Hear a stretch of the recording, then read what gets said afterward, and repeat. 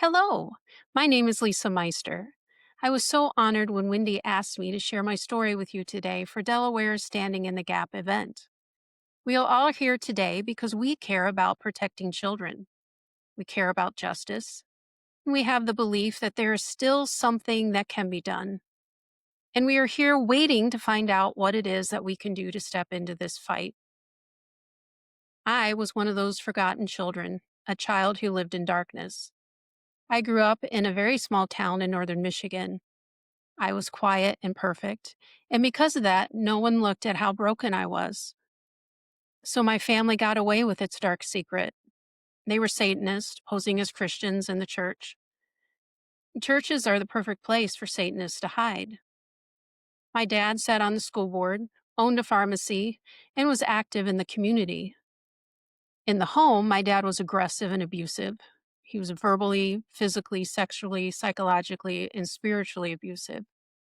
And at night, I was taken to rituals where he was part of a group that was a brotherhood. And in it, they had doctors, lawyers, police officers, judges, professors, teachers. You get the idea. And they used mind control against me, both in the home as I was growing up, but also in the group. There's a book by Stephen Hassan called Combating Cult Mind Control. And in it, he created a model to help explain how it's done. And this is the BITE model, where B says they control your behavior, I, your information, T, your thought, and E, your emotion. And they did this with me. And by controlling all these things, it turned me into that child that was perfectly behaved and very quiet. And with that mind control was dissociation, which meant that gave me the ability to completely wipe the abuse out of my conscious memory. So the next day after the abuse, I was able to get up and go to school with no remembrance at all of what was happening to me. But I still felt broken all the time. Like there was just something that was really wrong with me. But my body was breaking through with what was going on. So I started having tics in fifth grade where my eyes would just blink incessantly, or I started staring down at the ground and wasn't able to look anybody in the face.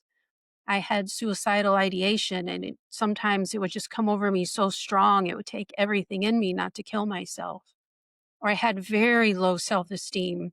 When my husband found me in college, he said my self esteem was a little bit higher than a homeless person. And he was absolutely correct, which made no sense because I was a high achiever in everything I had ever done. And it took me until I was 29 for the memories to start breaking through. And they came through as sexual abuse, and then eventually a ritual abuse memory started coming out. And there was no way, I did not want to believe it. Absolutely not. So I had to validate these memories. We went back to the small town where I had grown up to try to look for evidence that I could believe, and found out that my parents were part of this group and that there was a witch involved. We went and talked to her ex-husband, ended up finding enough that I had to accept that this was truth. We went to the police and filed a report against my father. And the detective found two other survivors that he said could put their story right next to you, Lisa. And they have the exact same story, the exact same dates, people, location, everything would be the same. But eventually, it's just strangely, the investigators just started fizzling out. A few years ago, I was reached out to by an investigative journalist who wanted to run down my story, and he ran the Freedom of Information Act and found that the police report had disappeared. So, how does that happen?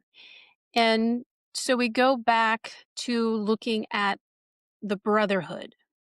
And a small town is a really good way to understand how this happens and how these group operates. Now, remember, I told you this group held police officers, lawyers, and judges, and they all work together to make sure that if somebody comes forward to try to have this investigation or to try to get, like my dad, to go to jail, it's not going to go forward. It's going to just disappear.